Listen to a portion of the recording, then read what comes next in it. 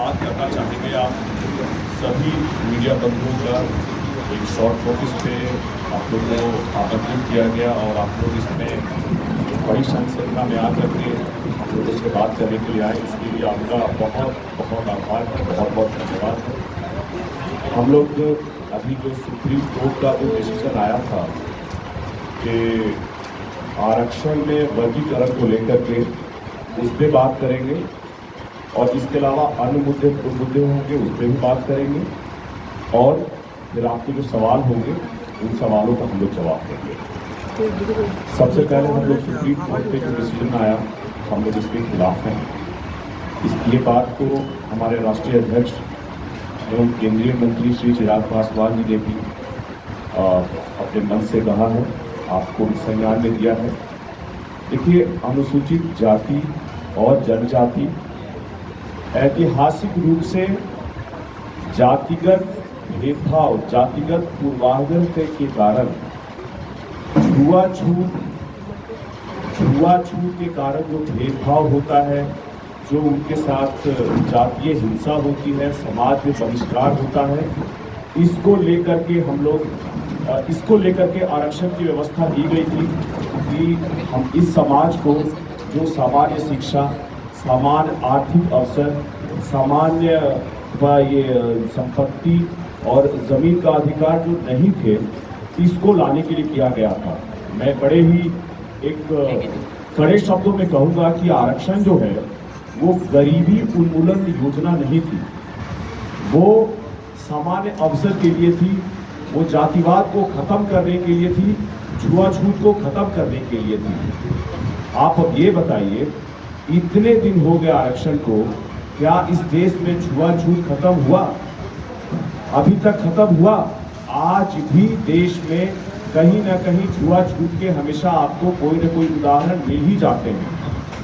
इसके बाद ये बताइए कि जो सब लोग कह रहे हैं कि जिस तरह से ओबीसी कैटेगरी में एक क्रीमी लेयर है, उसी तरह से ये एससी एसटी में भी वर्गीकरण किया जाए, क्रीमी लेयर के लिए किया जाए। तो आप ये बताइए कि सरकारी नौकरियों में हमारी संख्या कितनी है? कितने भी उच्च शिक्षण संस्थान हैं उसमें कितने लोग हैं एससी एसटी के? अगर आपको मैं एक उदाहरण दिखाता हूँ, दिलीप मंडल जी के द्वारा दिया गया था, दिखाइए, ये रहा एससी एसटी का, ओबीसी का। इसमें देख लीजिए कि कितनी हमारी भागीदारी है, कितनी हमारी सहभागिता इसमें। क्या इसमें आप ये देख के बता दीजिए कि एससी एसटी के लोग कितने हैं और कितना बड़ा इसमें है कि इसमें आप क्रीमी लेयर खोज रहे हैं। इसमें मुश्किल से इतने बड़े आईआईएम जो पूरे देश में हैं, सिर्फ 3 प्रोफेसर हैं एससी एसटी के, और आप इनको क्रीमी लेयर कह करके बाहर कर देंगे।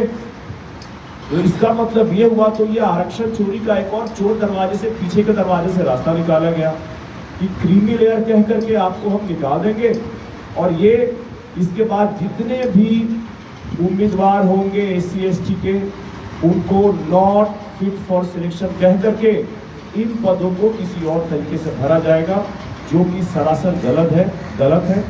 आज भी ये फिर सामाजिक न्याय के पक्ष में ये नहीं था, इसीलिए हमारा विरोध रहा है। और इसको लेकर के हम लोग प्रधानमंत्री जी के पास गए थे।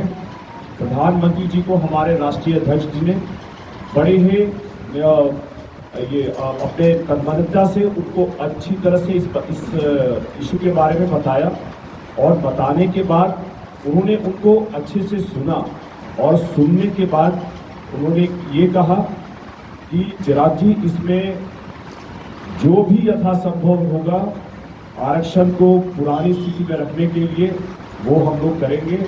हम लोग आरक्षण में वर्गीकरण के खिलाफ हैं, और इस बाबत कल अश्विनी वैष्णव जी का भी एक शाम में सरकार की तरफ से बयान आया कि हम लोग भी आरक्षण में वर्गीकरण के खिलाफ हैं।